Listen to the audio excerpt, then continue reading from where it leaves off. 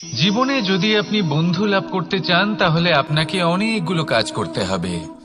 প্রথমে একজন যোগ্য পাত্র সন্ধান করতে হবে, তারপর তার সাথে সময় কাটাতে হবে, সুখ দুঃখে তার সাথে থাকতে হবে, তবে গিয়ে সে বন্ধু হবে।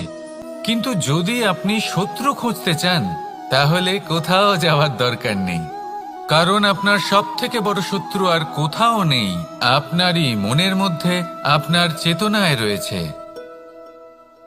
ক্রোধ, মোহ, লোভ, কাম, মদ, মাৎসর্য। এমন 6 সব থেকে বড় শত্রু যা আপনার আগামী 7 জন্ম নষ্ট করে দিতে পারে যদি আপনি এদের না সামলাতে পারেন। এবার এদের সাথে যদি যুদ্ধ করতে হয় তাহলে একটা মহাভারতের মতো দেখুন, যেখানে অর্জুনও আপনি আর কৃষ্ণও সেই আপনি। কারণ এই যুদ্ধ আর অন্য কারোর সাথে নয়, বরং নিজের সাথে। এগুলো অন্তর মনের যুদ্ধ, আর এটা জয় করা যেতে পারে নিয়ন্ত্রণ এবং অনবরত চেষ্টার দ্বারা। তাই এটাই করুন, এই 6 শত্রুকে পরাজিত করুন এবং আমার সাথে ভালোবেসে বলুন, রাধা রাধা। বেশিরভাগ মানুষই এই কথা জানেন যে আমাদের শরীর 5টি তত্ত্ব দ্বারা নির্মিত, যাকে আমরা পঞ্চতত্ত্ব বলি: জল, অগ্নি, বায়ু, ধরিত্রী এবং আকাশ। এবার এই কথা আমরা সকলে জানি, কিন্তু এগুলোর সাথে কিছু গুণ জড়িয়ে রয়েছে যেগুলো আমরা দেখতে পাই না। যদি এই গুণগুলি আমরা আত্মসাৎ করতে শিখে যাই তাহলে সাক্ষাৎ পরমেশ্বরের দর্শন আমরা পেতে পারি। যদি কথা বলি প্রথম তত্ত্বের, জলের কথা, জল যা প্রত্যেক জ্বলনকে শীতলতা প্রদান করে। এই জলকে দেখুন, যা শুধু প্রবাহিত হতে জানে, থামতে জানে না।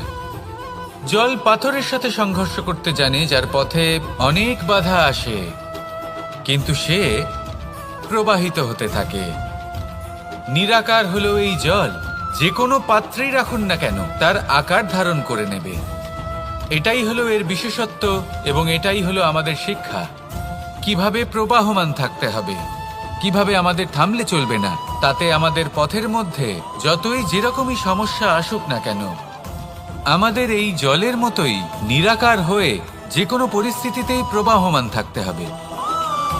এই শিক্ষাই জলের থেকে লাভ করুন আর আমার সাথে ভালোবেসে বলুন, রাধা রাধা। আলস্য আপনার আরো একটা অত্যন্ত বড় শত্রু, যা আপনার মনের মধ্যে বসবাস করে আর ধীরে ধীরে আপনার কার্য শরীরের একটা অংশ হয়ে ওঠে। সব কাজে দেরি করিয়ে দেয়, সবকিছু নষ্ট করে দিতে পারে এই আলস্য। এই কাজ আজকে হলো না, কোনো ব্যাপার নয়, কালকে করে নেব। প্রকৃতি আমাদের এটা শেখায় না। ভেবে দেখুন, যদি সূর্য এটা ভাবে যে কাল উদিত হব না, কিছুদিন পরে উদয় হব, তাহলে কি হবে? সমগ্র পৃথিবীর বিনাশ হয়ে যাবে, ঠিক কিনা? দেখুন, এই আলস্য নিয়ে খুব সুন্দর একটা কথা আছে, আলস্যস্য কুত বিদ্যা। অর্থাৎ যিনি অলস হয়ে বসে থাকেন তিনি বিদ্যা লাভ করেন না, জ্ঞান লাভ করেন না, আর জ্ঞান না থাকলে তিনি ধন অর্জন করতে পারেন না। তার জীবনে সুখ স্বাচ্ছন্দ্যের অভাব থাকে, বন্ধুর অভাব থাকে। যেখানে সুখ স্বাচ্ছন্দ্য নেই, মিত্র নেই, আপনজন নেই, জ্ঞান নেই, সেখানে আনন্দ কিভাবে বাস করতে পারে? সেই জন্য কথায় আছে, যিনি কর্ম করেন তিনি এই সংসারে যে কোনো সুখ স্বাচ্ছন্দ্য ভোগ করতে পারেন। তাই কর্ম করুন, সময়কে সম্মান করুন, আর এই আলস্যের উপর বিজয় লাভ করুন। আর আমার সাথে ভালোবেসে বলুন, রাধা রাধা। পঞ্চতত্ত্বের মধ্যে দ্বিতীয় তত্ত্ব হল ধরণী, ভূমি, যাকে আমরা ধরণী মাতা বলি। এই ধরণী ধৈর্য ধারণ করে, আর এর ওপরেই আমাদের সমগ্র সংসার নির্ভরশীল। কারণ এই ভূমি সহ্য ক্ষমতা রাখে, এর সহ্য ক্ষমতা হলো অপরিসীম। সন্তান যতই আঘাত প্রদান করুক না কেন, প্রেম পূর্বক সহ্য করে আর তার বদলে অমূল্য রত্ন প্রদান করে। সন্তান যদি হাল চালায় তাহলে তার বদলে তাকে অন্ন প্রদান করে। এটাই হলো ধরনী। এবার এর থেকে আমরা কি শিক্ষা পেতে পারি? এটাই যে কারোর জন্য কিছু করা বা কাউকে কিছু দেওয়া মনে কোনো কামনা ছাড়াই। আর এই কথাটা বুঝে যান, যদি কারোর জন্য কামনা না রেখে বা কোনো পাওয়ার আশা না রেখে কারোর জন্য কিছু করেন বা কারোকে কিছু দেন, যদি এটা আপনি শিখতে পারেন তবে আপনি ভালোবাসতে শিখে গেছেন। আর সেই জন্যই এই ধরিত্রীকে মাতা বলা হয়। কারণ মাতা শুধু উনি নন যিনি গর্ভে সন্তানকে ধারণ করেন, মাতা তো উনিও যিনি জীবন বাঁচতে শেখান, যিনি জীবন বাঁচার উদাহরণ প্রদান করেন।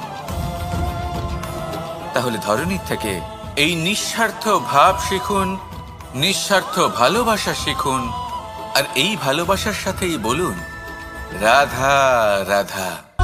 বায়ু পঞ্চতত্ত্বের মধ্যে তৃতীয় তত্ত্ব। কেউ একে সমীর বলে, আবার কেউ একে পবন বলে।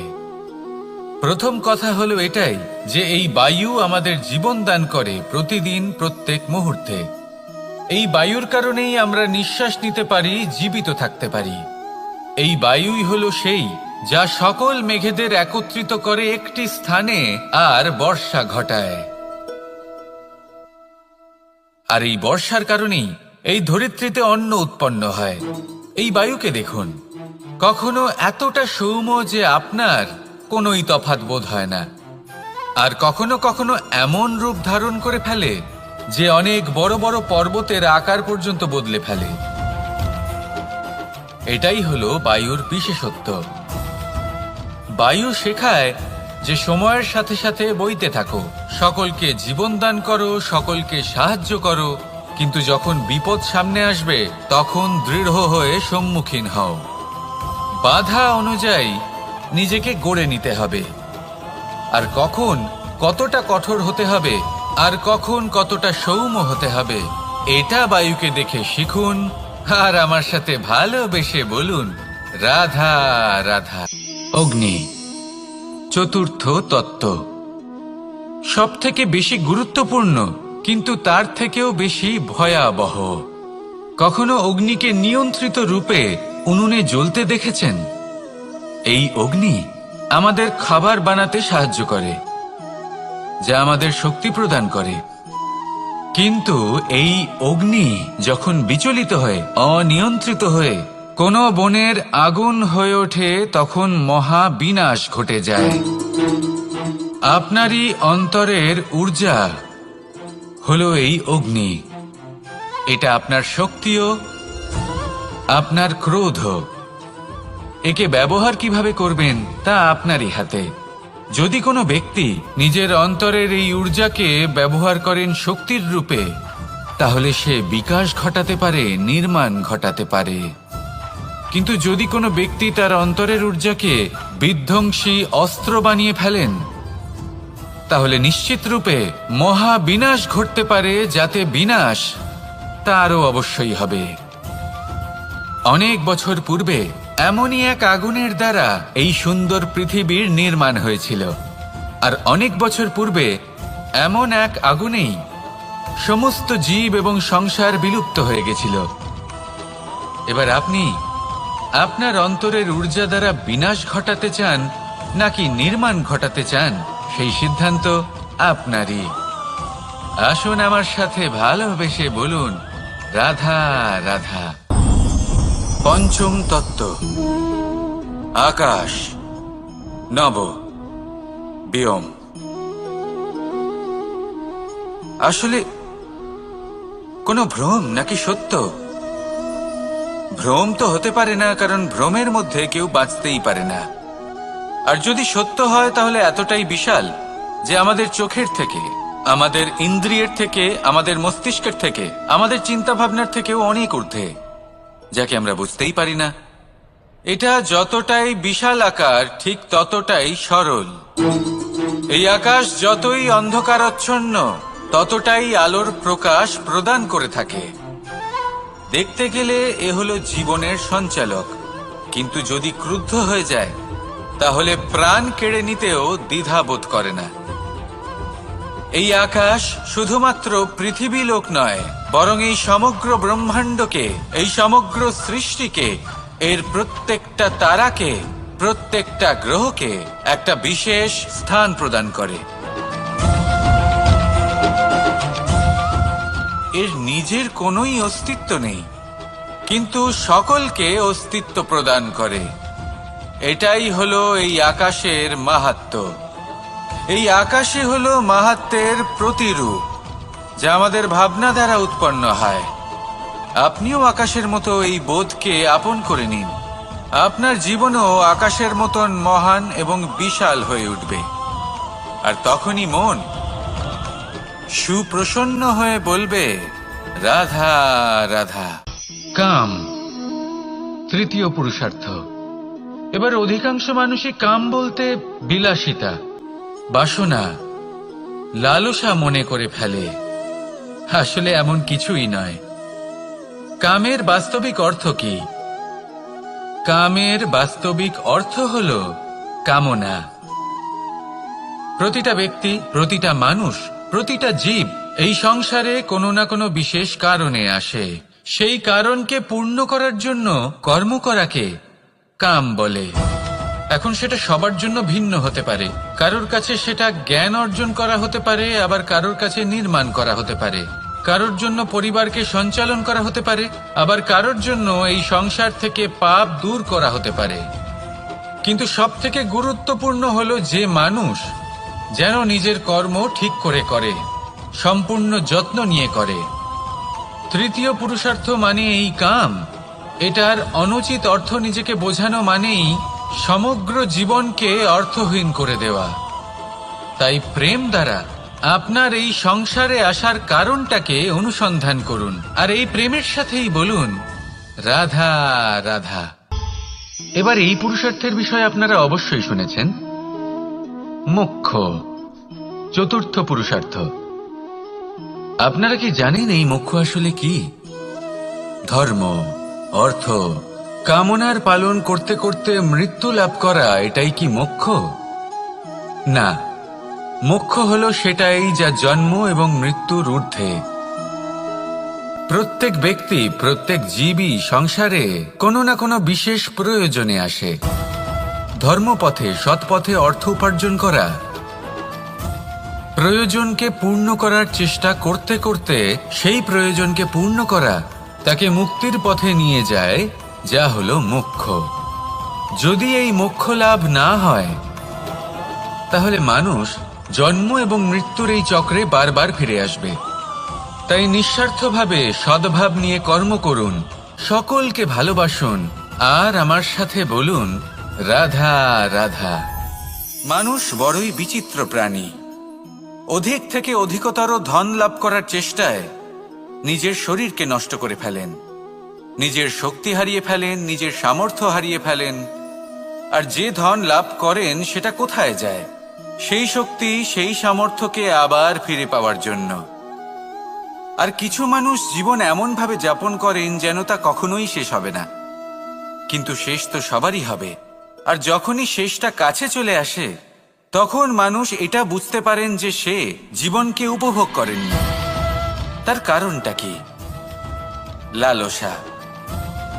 এই লালসা জন্ম দেয় লোভকে, আর এই লোভ জন্ম দেয় আপনারই বিনাশকে। সেই জন্য আজ আপনার কাছে যা কিছু আছে, যেমনটা আছে, তার সাথে জীবন যাপন করুন, পূর্ণরূপে যাপন করুন। আপনার কাছে যতই ধন, শক্তি, মান থাকুক, তা সবার মধ্যে ভাগ করতে শিখুন। ভাগ করলে ভালোবাসা বাড়ে, আর এই ভালোবাসা দ্বারা জীবন আরো সুখময় হয়ে ওঠে। তাহলে আসুন আর আমার সাথে ভালোবেসে বলুন, রাধা রাধা। মন, জীবনে যখনই কোনো বস্তু বা সুখ স্বাচ্ছন্দ্য অধিক মাত্রায় আপনার কাছে চলে আসে, তখন নিজেকে শ্রেষ্ঠ মনে করার একটা প্রবণতা দেখা যায়, যা হয় আত্মবিশ্বাসে পরিণত হয়, নয়তো অহংকারে। এবার আত্মবিশ্বাস আর অহংকারের মধ্যে অনেক বড় পার্থক্য রয়েছে। আমি এটা করতে পারি, আমি ওটাও করতে পারি, এ হলো আত্মবিশ্বাস। শুধুমাত্র আমি এটা করতে পারি, শুধুমাত্র আমি ওটাও করতে পারি, আমি হলাম সর্বশ্রেষ্ঠ, এটা হলো অহংকার। এবার এই অহংকার এর ধ্বনি অনেক দূর প্রবাহিত হয়, আর এর প্রহার সর্বপ্রথম আপনাকে বিপর্যস্ত করে। এবার এই অহংকার এর বিপরীত শব্দ হলো বিনয়, অর্থাৎ নিজের ঊর্ধ্বে উঠে অন্যের বিষয় ভাবনা চিন্তা করা, সংসারের বিষয়ে ভাবা। এই বিনয়ী হবার চেষ্টা করুন, একের থেকে অনেক হওয়ার চেষ্টা করুন এবং একসাথে থাকার চেষ্টা করুন। নিশ্চিত রূপেই আপনি বিকাশের কারণ হবেন। মত্ততা থেকে নিজেকে দূরে রাখুন, অহংকার থেকে নিজেকে দূরে রাখুন। এই মন প্রসন্ন হয়ে বলবে, রাধা রাধা। জীবনে যখন কোনো ব্যক্তি নিজের লক্ষ্য প্রাপ্তির জন্য নিরন্তর পরিশ্রম করতে থাকেন, চেষ্টা করতে থাকেন, তখন তিনি কষ্ট অনুভব করেন, কখনো শারীরিক কষ্ট, কখনো মানসিক কষ্ট। এবার উনি এটা ভাবতে থাকেন যে আমি কি উচিত করছি নাকি অনুচিত করছি। কারণ অন্যদিকে এমন একজন ব্যক্তিও আছেন যিনি একদমই পরিশ্রম চেষ্টা করছেন না। তিনি মদিরা পান করেন, বিলাসিতায় জীবন কাটান, অলস প্রকৃতির হয়ে ওঠেন, নিদ্রাতে বিলীন হয়ে থাকেন আর ভাবেন যে তিনি সুখ লাভ করছেন। কিন্তু এরকম কেন হয়? কারণ যখন আমরা সৎ পথে থাকি, উচিত পথে চলি, লক্ষ্য প্রাপ্ত করার জন্য চেষ্টা করতে থাকি, তখন আমাদের ভেতরে থাকা নেতিবাচক শক্তি এবং পাপ এই দেহকে ত্যাগ করে দেয়। আর এই অনুভূতিটাই আমাদের দুঃখের অনুভূতি দেয়, কষ্ট দেয়। এবার সেখানে যদি আমরা কুপথে চলি, অনুচিত পথে চলতে থাকি, তাহলে আমাদের ভেতরে থাকা পুণ্য এবং ধনাত্মক শক্তি আমাদের দেহ ত্যাগ করে দেয়। আর এই অনুভূতির কারণেই আমরা সুখ অনুভব করি। কিন্তু কখনো ভাববেন যে এই সুখ বেশি সময় পর্যন্ত থাকে না। সেই জন্য সবসময় মনে রাখবেন, যদি আপনি জানেন যে এটাই আপনার লক্ষ্য, এটাই উচিত পথ, শুভ পথ, তাতে নিরন্তরভাবে এগিয়ে যেতে চেষ্টা করতে থাকুন। এই কষ্ট আপনাকে সুখের পরাকাষ্ঠায় কখন পৌঁছে দেবে তা আপনি জানতেই পারবেন না। আসুন আমার সাথে ভালোবেসে বলুন, রাধা রাধা। ঈর্ষা আমাদেরই মনে বসবাস করা আরো একটা শত্রু। তবে এই শত্রু কখনো কখনো আমাদের জন্য লাভদায়কও হতে পারে, কিন্তু যদি আমরা সতর্ক না থাকি তাহলে সেটা ততটাই ঘাতক হয়ে উঠতে পারে। যদি আপনার কোনো প্রতিদ্বন্দ্বী থেকে থাকে যে এগিয়ে চলেছে, তাকে দেখে আপনার মনে ঈর্ষা উৎপন্ন হয়, আর ঈর্ষাবশত আপনি নিরন্তর চেষ্টা করতে থাকেন, পরিশ্রম করতে থাকেন সামনে এগোনোর জন্য, তাহলে তার দ্বারা আপনার বিকাশই হবে।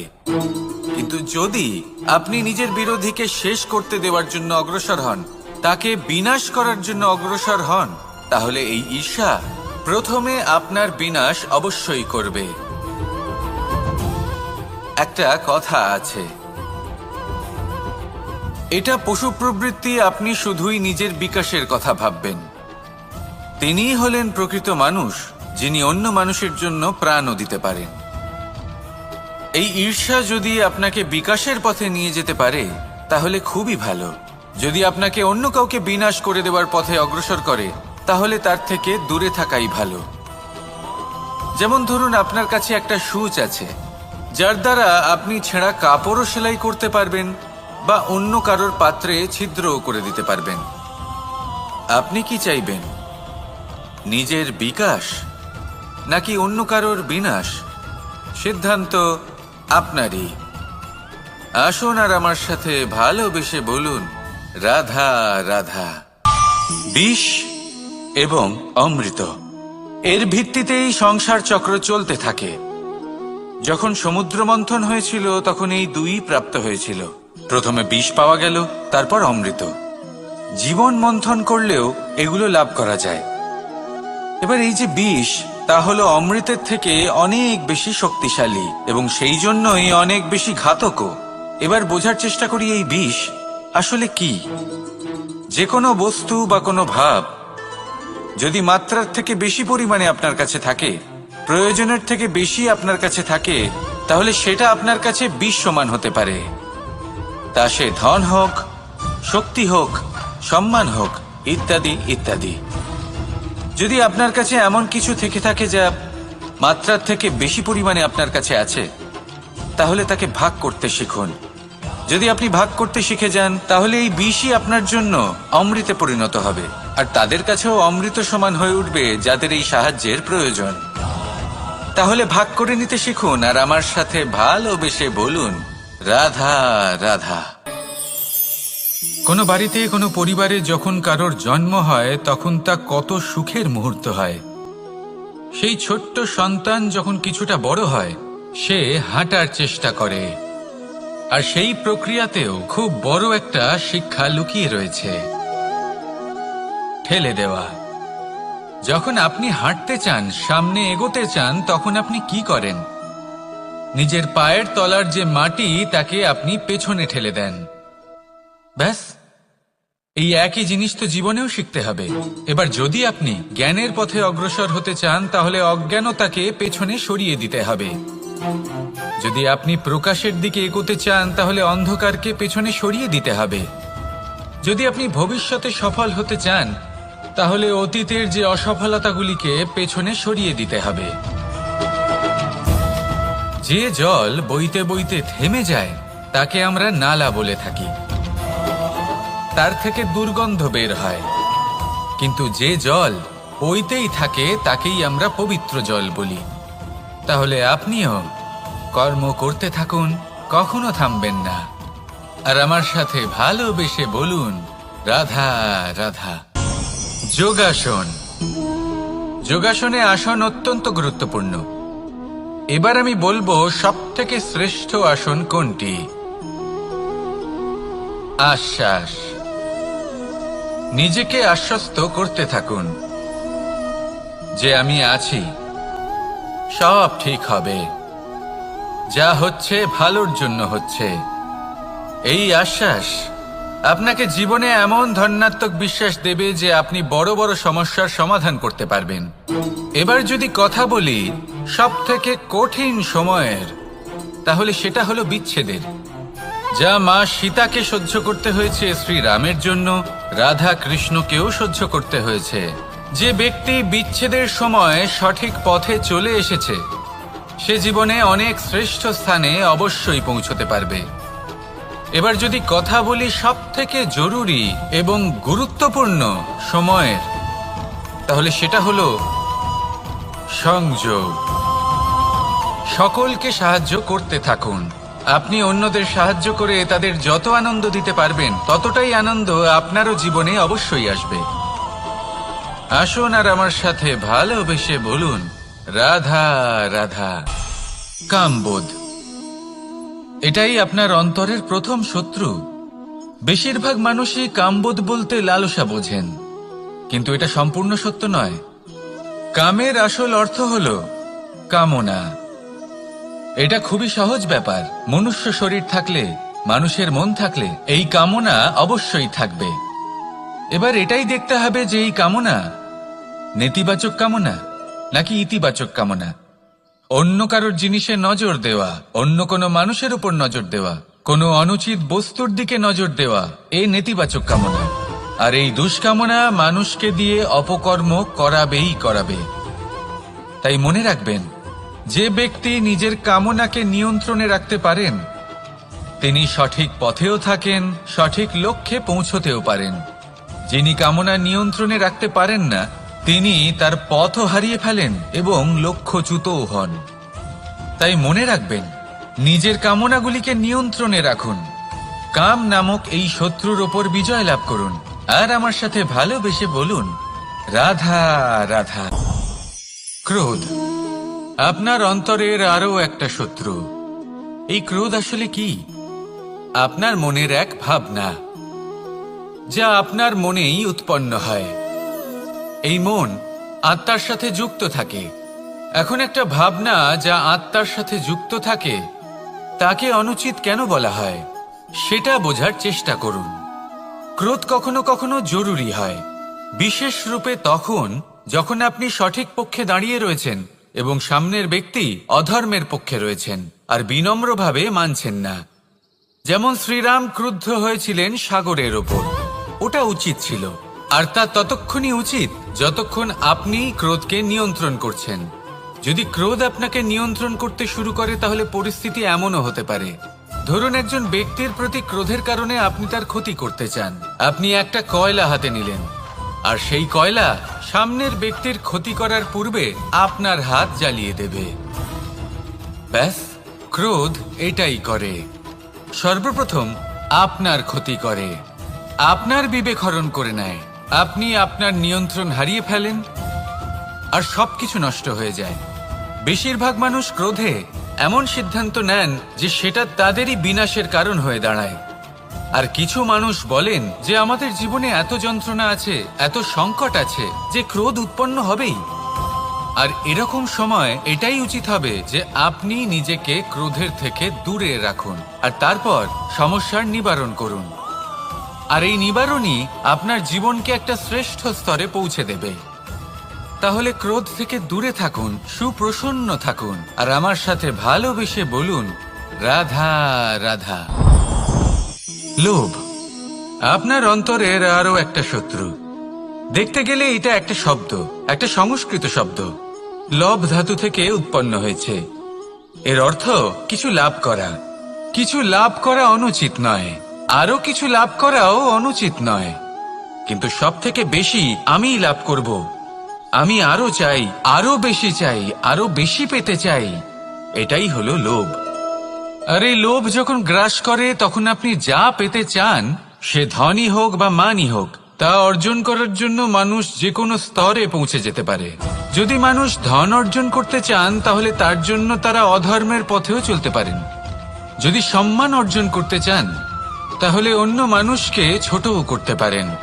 শেষ পর্যন্ত আপনার এটা মনে হতে পারে যে যদি একটু অল্পই প্রাপ্ত করতাম কিন্তু ভালোবেসে প্রাপ্ত করতাম, এই জীবন আরো অনেক বেশি সুখী হতো। লোভ আপনার জীবনে, আপনার মনে কখন যে প্রবেশ করবে সেটা আপনি জানতেও পারবেন না। তাই এটা চিনতে শিখুন আর তৎক্ষণাৎ জীবন থেকে বাইরে ফেলে দিন। যা কিছু লাভ করতে চান তা ভালোবেসে লাভ করুন, আর সেই ভালোবাসার সাথেই বলুন রাধা রাধা। মোহ আপনার অন্তরের আরো একটা শত্রু। এবার মানুষ প্রেম আর মোহের মধ্যে পার্থক্য বুঝতে পারে না। কিছু মানুষ ভাবে যে মোহর মধ্যে খারাপ কি আছে।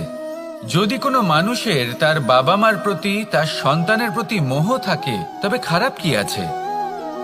খারাপ আছে, আর সেটা তাদের জন্য খারাপ হতে পারে যাদের প্রতি আপনার এই মোহ আছে। এবার মোহ আর প্রেমের মধ্যে পার্থক্য আপনাকে বোঝাচ্ছি। মোহ শুধুমাত্র পেতে চায়, সেখানে প্রেম শুধুমাত্র দিতে শেখায়। এই দুই পরিস্থিতিতেই আপনার হাত প্রসারিত থাকে। মোহের ক্ষেত্রে কোনো বস্তু বা কোনো ব্যক্তিকে লাভ করার জন্য, আর প্রেমে শুধুই প্রদান করার জন্য। মোহর বশে আপনার পায়ে বাঁধন পড়ে যেতে পারে। যদি মাতা পিতার তার সন্তানের প্রতি মোহ থাকে তাহলে তারা তাদের সন্তানকে কখনো দুঃখে, চিন্তায়, যন্ত্রণায় দেখতেই পারবে না। সেই জন্য তারা সন্তানকে বেঁধে রাখতে চান একটা সুরক্ষিত ক্ষেত্রে, যেখান থেকে না তারা সংসারকে দেখতে পায়, না পরখ করতে পারে, না কিছু শিখতে পারে, না বিকট পরিস্থিতির সম্মুখীন হতে পারে। ঠিক যে কারণে তারা দুর্বল হয়ে পড়ে, অজ্ঞানী হয়ে ওঠে।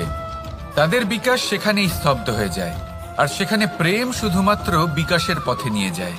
মা বাবা যদি সন্তানকে ভালোবাসেন তাহলে তাকে ছেড়ে দেন যে যাও সংসারকে দেখো, পরখ করো আর শেখো। কিভাবে এর সাথে লড়াই করতে হবে সেটা নিজে শেখো। নিজের শক্তি নিজেই বাড়িয়ে তোলো, নিজের পথ চয়ন করো। সেই জন্য এই মোহর শিকল ভেঙে ফেলুন আর প্রেমকে আপন করে নিন। আর এই প্রেম দ্বারাই বলুন রাধা রাধা।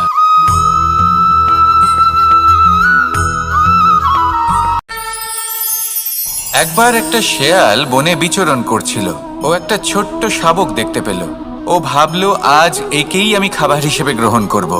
আশেপাশে দেখলো কেউ দেখছে না তো, কেউ ছিল না, আর সেই শাবকের ওপর আক্রমণ করলো। যা হলো একটা ঘোর অপরাধ। বনের নিয়ম অনুসারে আপনি কখনোই শাবকের উপর আক্রমণ করতে পারেন না। তারপর এই খবরটা যখন রাজা সিংহ জানতে পারলেন, সভার আয়োজন করলেন। কিন্তু সেখানে শেয়াল বলল, আমি তো এরকম কিছু করিনি। কিন্তু যদি আপনি এরকম বলেন, কোনো প্রমাণ দিন, এর কোনো সাক্ষী আছে? তখন রাজা সিংহ পেঁচাকে ডেকে পাঠালেন, যে সেই মুহূর্তে বৃক্ষের শাখার ওপর বসেছিল। সে সব কিছু দেখেছিল। পেঁচা সব সত্যি কথা বলল, আর শেয়ালকে মৃত্যুদণ্ড দেয়া হলো। এবার এই কাহিনী আমি আপনাকে কেন শোনালাম? কারণ মানুষও কখনো কখনো এরকম কর্ম করেন যা শিয়াল করেছে। এটা ভাবেন কেউ দেখছে না, যখন আমি অনুচিত কর্ম করতেই পারি। কিন্তু না, আপনি যাই করুন না কেন, কেউ না কেউ অবশ্যই তা দেখছে। কোনো ব্যক্তি না হলেও কোনো প্রাণী, না হলে কোনো যক্ষ বা দেব বা প্রেত। যদি এনারা কেউ না দেখেন, তাহলে ধরিত্রী মাতা দেখেন, যেখানে দাঁড়িয়ে আপনি সেই কর্ম করছেন, তাই না? তাই একটা কথা সবসময় মনে রাখবেন, কে দেখছেন কে দেখছেন না সেই বিষয়ে ভাবা ছেড়ে দিন। এটা খুব সহজ কথা। আপনি যদি উচিত কর্ম করেন, উচিত ফল পাবেন। যদি অনুচিত কর্ম করেন, তাহলে আপনি অনুচিত ফল অবশ্যই পাবেন। সেই জন্য উচিত পথে চলতে থাকুন, উচিত কর্ম করতে থাকুন, আর আমার সাথে ভালোবেসে বলুন, রাধা রাধা। জীবনে যদি আপনি বন্ধু লাভ করতে চান, তাহলে আপনাকে অনেকগুলো কাজ করতে হবে। প্রথমে একজন যোগ্য পাত্র সন্ধান করতে হবে, তারপর তার সাথে সময় কাটাতে হবে, সুখ দুঃখে তার সাথে থাকতে হবে, তবে গিয়ে সে বন্ধু হবে। কিন্তু যদি আপনি শত্রু খুঁজতে চান, তাহলে কোথাও যাওয়ার দরকার নেই। কারণ আপনার সব থেকে বড় শত্রু আর কোথাও নেই, আপনারই মনের মধ্যে, আপনার চেতনায় রয়েছে। ক্রোধ, মোহ, লোভ, কাম, মদ, মাৎসর্য। এ এমন 6 সব থেকে বড় শত্রু যা আপনার আগামী 7 জন্ম নষ্ট করে দিতে পারে, যদি আপনি এদের না সামলাতে পারেন। এবার এদের সাথে যদি যুদ্ধ করতে হয়, তাহলে একটা মহাভারতের মতো দেখুন, যেখানে অর্জুনও আপনি আর কৃষ্ণও সেই আপনি। কারণ এই যুদ্ধ আর অন্য কারোর সাথে নয়, বরং নিজের সাথে। এগুলো অন্তর মনের যুদ্ধ, আর এটা জয় করা যেতে পারে নিয়ন্ত্রণ এবং অনবরত চেষ্টার দ্বারা। তাই এটাই করুন, এই 6 শত্রুকে পরাজিত করুন এবং আমার সাথে ভালোবেসে বলুন, রাধা রাধা। বেশিরভাগ মানুষই এই কথা জানেন যে আমাদের শরীর 5টি তত্ত্ব দ্বারা নির্মিত, যাকে আমরা পঞ্চতত্ত্ব বলি: জল, অগ্নি, বায়ু, ধরিত্রী এবং আকাশ। এবার এই কথা আমরা সকলে জানি, কিন্তু এগুলোর সাথে কিছু গুণ জড়িয়ে রয়েছে যেগুলো আমরা দেখতে পাই না। যদি এই গুণগুলি আমরা আত্মসাৎ করতে শিখে যাই, তাহলে সাক্ষাৎ পরমেশ্বরের দর্শন আমরা পেতে পারি। যদি কথা বলি প্রথম তত্ত্বের, জলের কথা, জল যা প্রত্যেক জ্বলনকে শীতলতা প্রদান করে। এই জলকে দেখুন, যা শুধু প্রবাহিত হতে জানে, থামতে জানে না। জল পাথরের সাথে সংঘর্ষ করতে জানে, যার পথে অনেক বাধা আসে, কিন্তু সে প্রবাহিত হতে থাকে। নিরাকার হলো এই জল। যে কোনো পাত্রেই রাখুন না কেন, তার আকার ধারণ করে নেবে। এটাই হলো এর বিশেষত্ব, এবং এটাই হলো আমাদের শিক্ষা। কিভাবে প্রবাহমান থাকতে হবে, কিভাবে আমাদের থামলে চলবে না, তাতে আমাদের পথের মধ্যে যতই যেরকমই সমস্যা আসুক না কেন, আমাদের এই জলের মতোই নিরাকার হয়ে যে কোনো পরিস্থিতিতেই প্রবাহমান থাকতে হবে। এই শিক্ষাই জলের থেকে লাভ করুন, আর আমার সাথে ভালোবেসে বলুন, রাধা রাধা। আলস্য আপনার আরো একটা অত্যন্ত বড় শত্রু, যা আপনার মনের মধ্যে বসবাস করে আর ধীরে ধীরে আপনার কার্য শরীরের একটা অংশ হয়ে ওঠে। সব কাজে দেরি করিয়ে দেয়, সবকিছু নষ্ট করে দিতে পারে এই আলস্য। এই কাজ আজকে হলো না, কোনো ব্যাপার নয়, কালকে করে নেব। প্রকৃতি আমাদের এটা শেখায় না।